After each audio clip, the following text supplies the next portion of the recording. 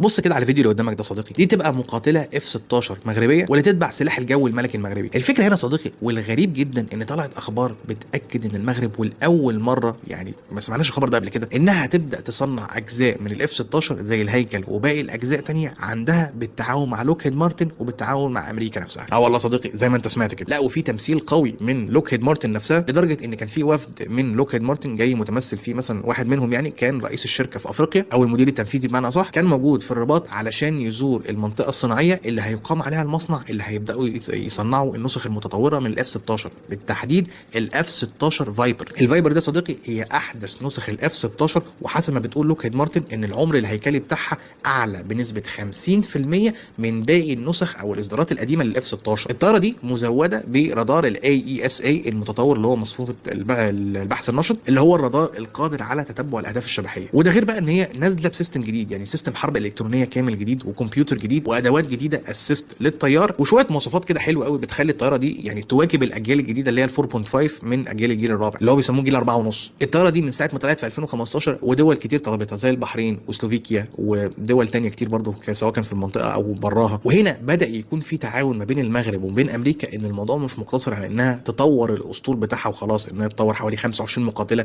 للنسخه الاحدث الفايبر، ولكن الموضوع رايح لفكره ان المغرب هتبدا تصنع هياكل الاف 16 بنفسها. وده تقريبا ما حصلش في دول قبل كده، تركيا مثلا عملت حاجه زي كده يعني، لكن ما حصلش قبل كده، ما حصلش ان دوله خارج الناتو تبدا تصنع حاجه زي كده.